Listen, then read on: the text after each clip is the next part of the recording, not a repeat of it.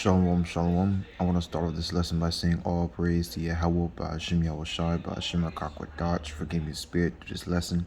I do want to give double honors to the Apostle Great Millstone for teaching the truth by using precepts upon precepts and line upon line. In this lesson, I do want to get into today is about the future prophecy of famine and sedition of men. Alright, and these two prophecies come hand in hand. It goes hand in hand. The reason why is because when the famine hits, people's gonna go bunker shit crazy. Okay, they're gonna go crazy, they're gonna go hectic, they're gonna be in survival mode. And when people out there go in survival mode, they do anything in their power to tend stay alive. So what they do, they kill other people for food, they kill people for resources, they go each other's house, they invade, they conquer, they rape, rob, murder. That's what is gonna that's what people do when they're in survival mode. All right, and the reason why I want to get into this prophecy is because California, all right, have released I think a bill or a law, all right, and it was about technically it was like California no longer persecutes theft under 900. All right, and the reason why this goes into a famine is because now technically people that steal stuff from a store that costs like under $900, technically, basically, you won't like they won't how can I say, they won't persecute you, they won't arrest you. So technically in California and other blue states, because they're about to initiate this law too, if you steal anything from a store that costs like under $900, all right, you go scot-free. All right, and a lot of people already have been taking this seriously. All right, like this right here, this, I think this two Jakes, you listen, I'll play the video.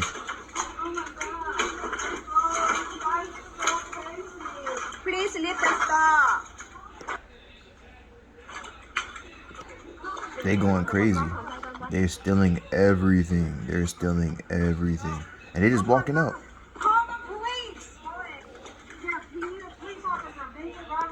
And they're saying they're calling the police, but the police can't arrest them. Why? Because a new law came out saying what?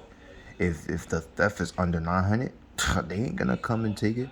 They ain't gonna arrest nobody. And that'll create a famine. That'll create a famine. Because as soon as Blue State starts doing this, you know how many Jakes and everybody's gonna start walking in Walmart and Publix and other stores out there, convenience stores, and start taking stuff.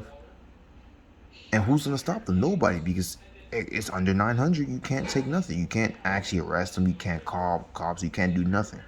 All right, and that goes into the famine. Because why? The scripture says what in 2nd Ezra 6:22?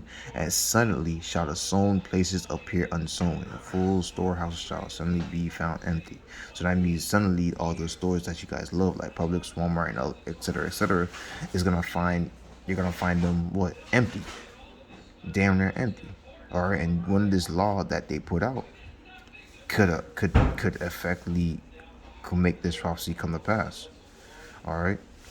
Verse 23, and the trumpet shall be give a sound which when every man heareth, they shall be suddenly afraid.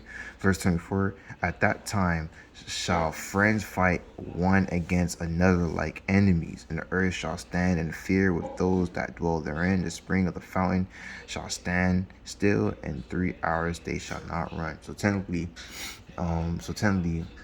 people's gonna fight one another.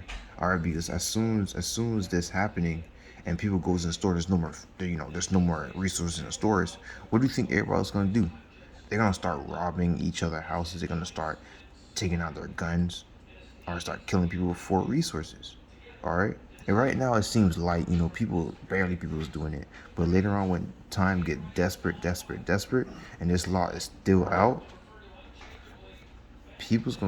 a lot of people's gonna go crazy. All right. Let's get another scripture real quick. Let's go to 2nd Ezra 15:15. For the sword and their destruction draw nigh, and one people shall stand up and fight against another, and swords in their hand. Why? For survival. Or even for religious purposes and for political purposes. Or because right now the Democratic Party and the Republican Party, they're not getting along. All right, damn near the whole America is about to start a civil war. All right, one side want to be gay and the other side want to be free and not give a fuck. All right, So this is going to be what? It's going to be a lot of men fighting each other in these days about to get into.